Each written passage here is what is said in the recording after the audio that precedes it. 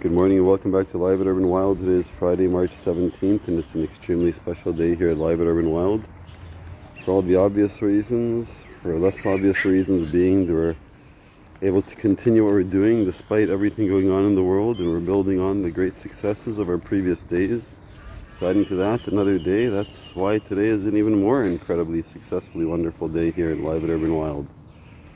There are some changes here today, all sorts of changes. Some of them by choice, some of them not. Some of them by circumstance, and some of them just by being adaptable. So for example, today most of the cats are being fed here on the wall. It's just a beautiful sight. Seeing all these different cats eating relatively peacefully here on the wall, as if this was planned or staged by some cat food commercial. It really isn't. Here's an injured cat, we can tell by its fur. Learned what some of these injuries are by the city vet. It's part speculation, but he's an educated guess. Some of the kittens and some of the other cats that have come back from their visit with the vet.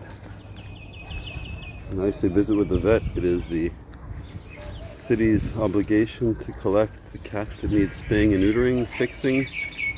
So this week they took and brought back 10. And there's always an adjustment to be made in the personalities, and the hierarchy, and the temperament, and the healing of all the cats when they come back. What's different today, it was not intentional, but it could have been corrected, and it was left by intention. What's different today is we don't have the common plates. We're not using the plastic bags today in the middle of the yard, but there's plenty of food spread out. The same amount of food is spread out, just in different ways. We have these dishes that we put embedded in the wall because of the weather. They seem to be working, so we're using them more. It's also meant to take away from the controversy that people, believe it or not, have problems with us feeding the cats in the park. So it's to deal with that we are doing things left, front, and center.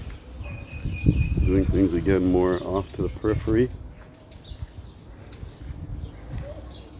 This cat looks like got a haircut. Aphrodite. These are other ones that are just growing into the community.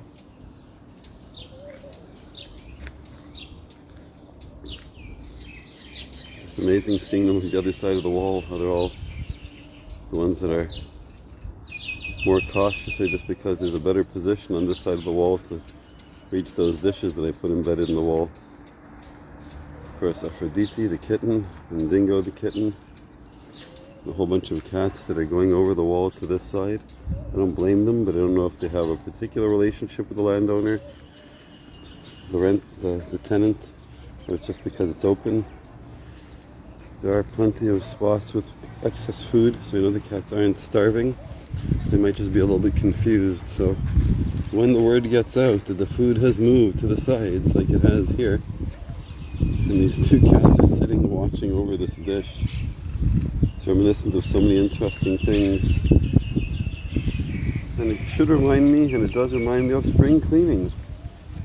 I'll explain what this has to do with spring cleaning in just a moment as I do my next pass, watching all these cats deciding how they're going to share this dish and what hierarchy they get to eat it, because that's pretty much the discussion in my mind, what's going on in their minds. The same kind of discussion as when I put the food in the center, in the picnic table, and the common plate, and the smorgasbord, and the buffet, but I didn't today for reasons that I don't need to get into. Now watching the cats getting along here. There's also a main feeding center by the bench that took on a whole life of its own.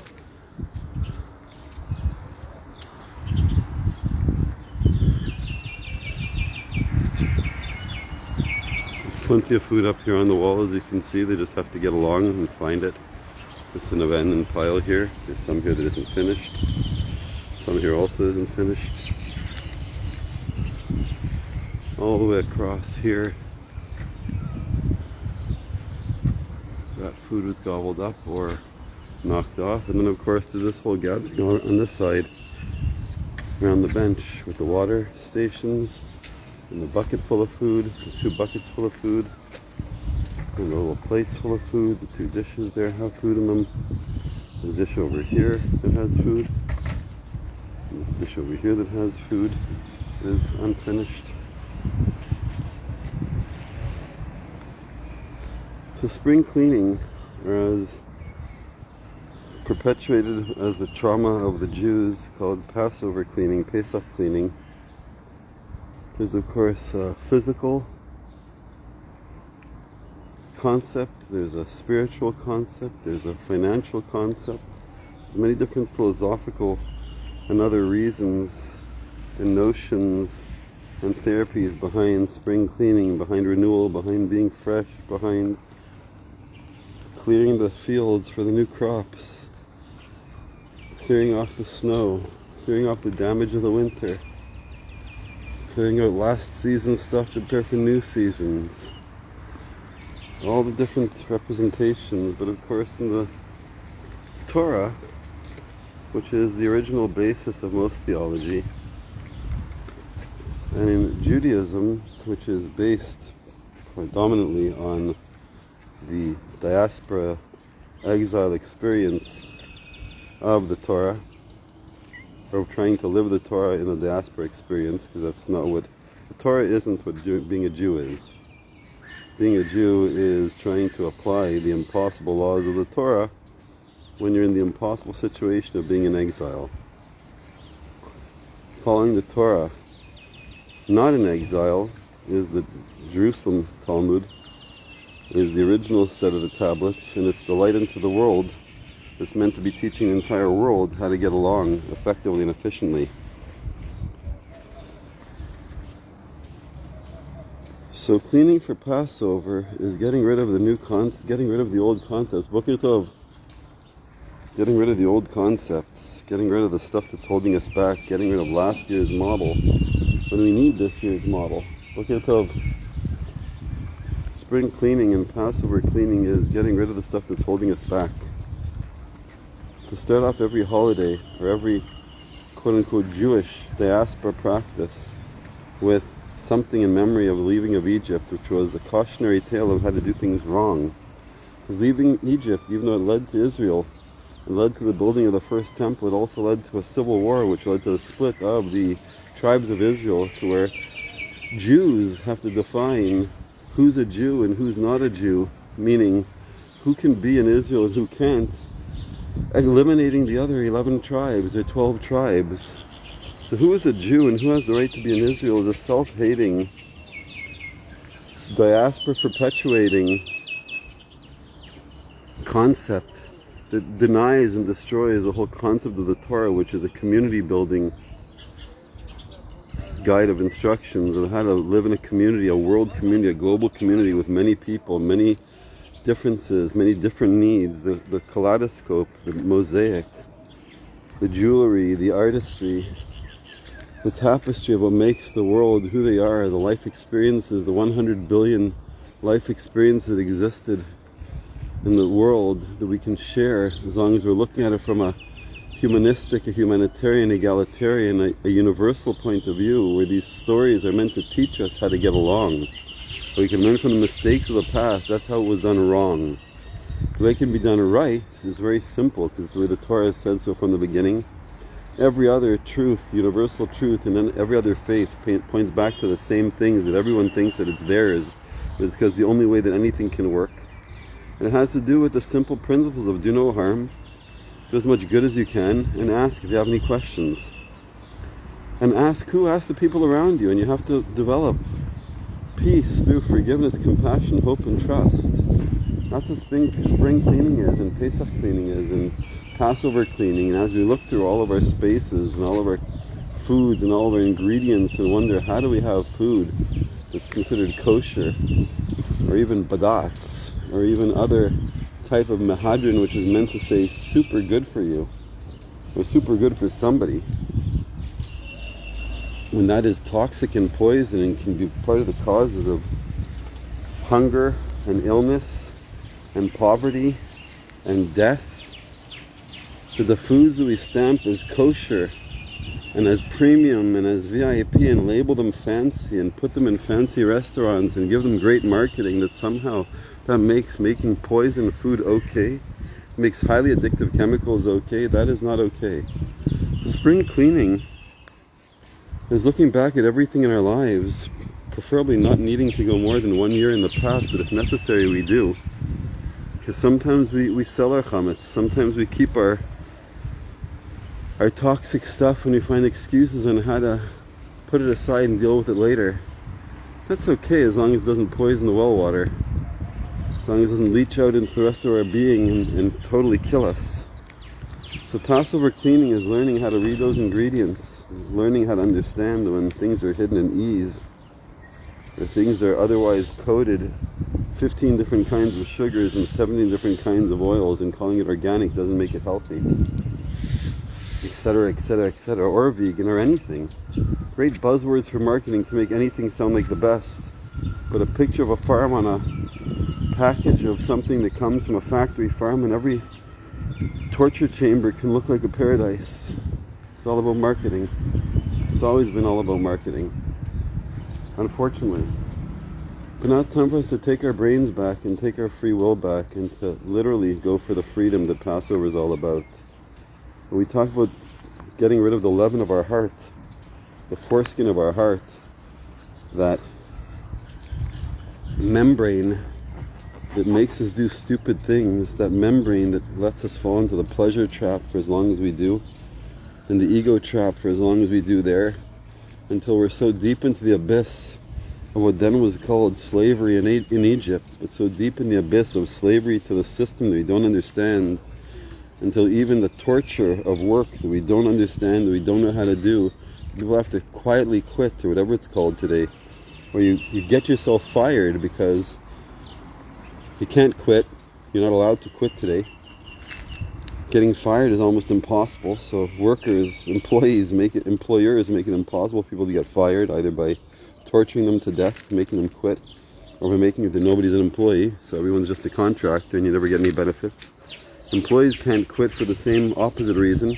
They have to fake work and fake quit and fake everything.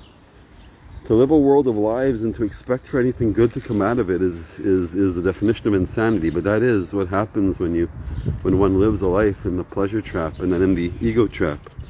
There's nowhere to go when you survive that, when you wake up from that. So where do you go? Where do you go? Well, if you're Nachshon, you dive in to the Red Sea. If you're Moses, you do what he did. But if you're you, whoever you are out there, and you want to take your tablet that you're holding in your hand, whether it's handheld, it's a little bit bigger, whoever else you have access to your information, but you take your tablet and you say, yes, I want to do the next right thing. And today, if you ask the right questions, you can get the right answers, and it can tell you how to lead yourself to a guilt-free life. If you're not sure, well, we've given all the answers already. We give them freely and openly. We teach people how to clean for Passover, do spring cleaning, start over without it costing them anything. They live a better life, a freer life, both monetarily and other obligations, also free to do the things you enjoy doing. In other words, live your life. Free as far as money-wise, and it's not a system where you have to get into debt. Obviously, to live in a transactional world where you have to share and exchange things with people, there has to be some kind of currency. With currency with trust, through covenantal relationships, which is what it was meant to be, where people say things, they mean things, and your word was your contract, not because you had a better lawyer than the other person. Just showing there's leftover food here, which is good. I'm going to be collecting it soon. Boker Tov.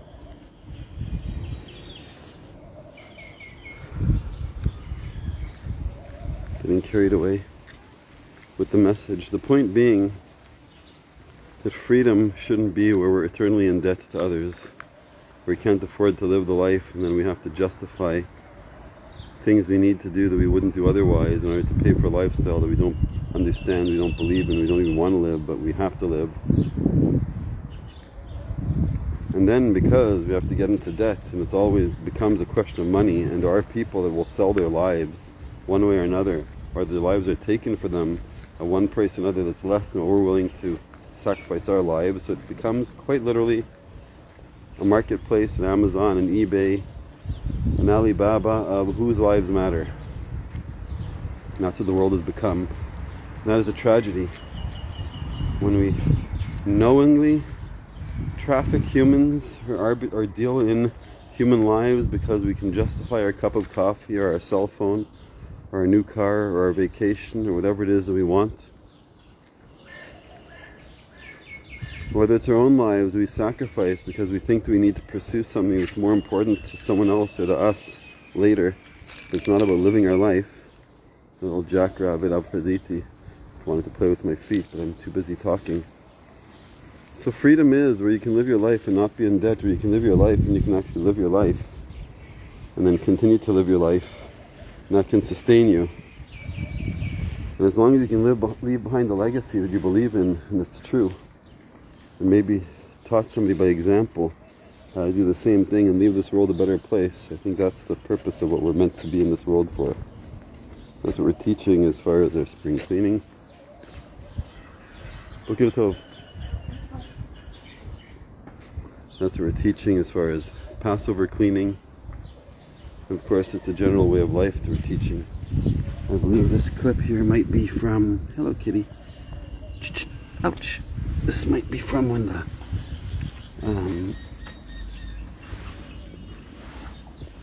veterinarian was here.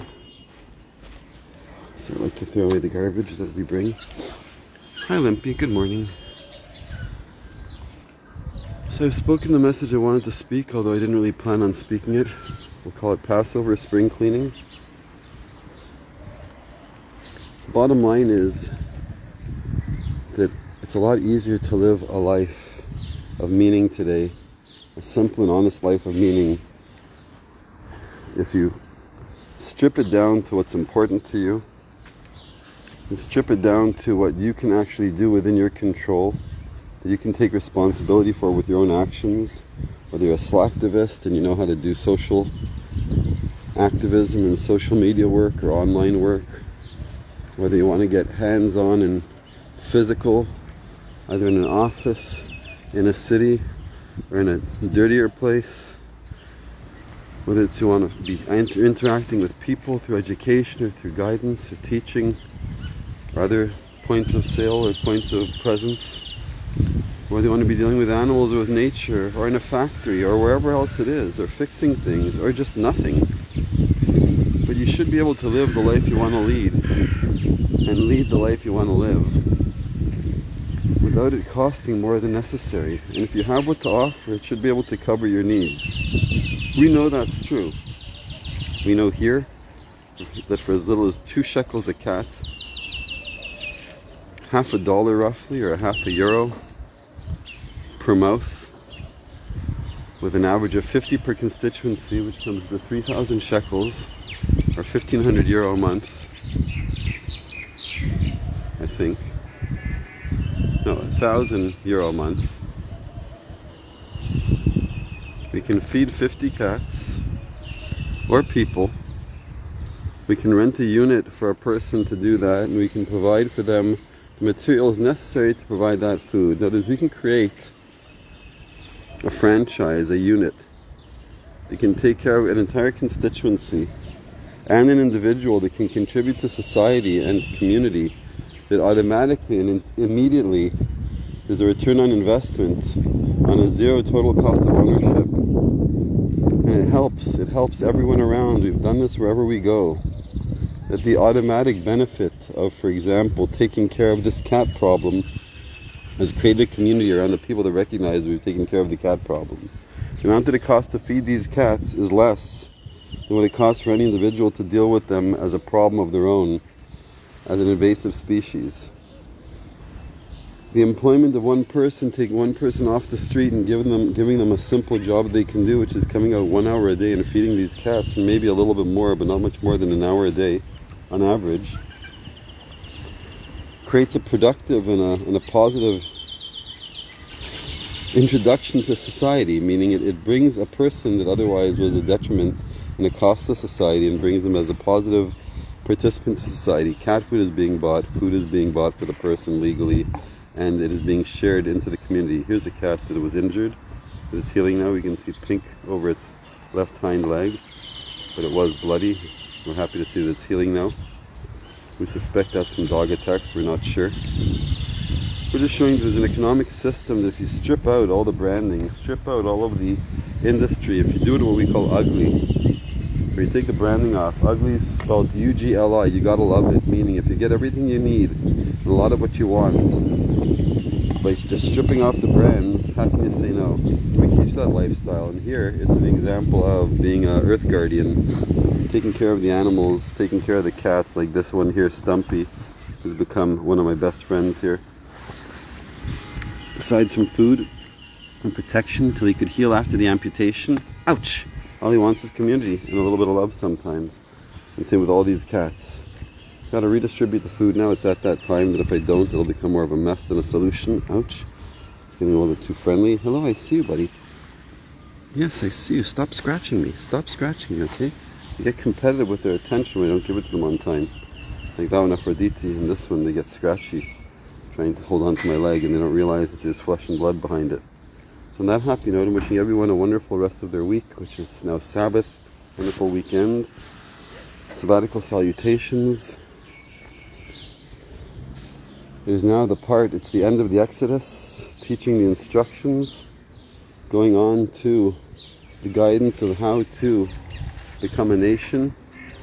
I believe that it's time to reteach the original plan, which is not how to go from Egypt to diaspora, how to go from Egypt to the land of Israel to teach the Torah to the world, be a light unto the nations, not for Mideast strife and war and conflict, but for Mideast peace. I believe that we have a peace plan that makes sense. No one's ever seen a flaw in it once it's explained. I believe that we have the solution how to bring world peace and Mideast peace and rebalance the world economy without hurting anybody, and at the same time maintaining the superiority and the seniority and the power of those in power. And as much as everything sounds like a contradiction, we've explained it, we've outlined it. I'm happy to do it again, but in an open forum. That is what we're talking about, and now is the time when there is no turning back. And it is going to happen with or without cooperation. The more people cooperate, the less people that will be on the them side, and the more people on the us side. The us side is going to win. There's no alternative. That is the way it goes. Us always has to win. If you want to be part of the us, we're allowing you, we're welcoming you, we're inviting you to join. If you want to be part of them, well, that's your business. Infinite love and gratitude as well that you have come. And good luck to everyone. Welcome to the 9th day at Urban Wild.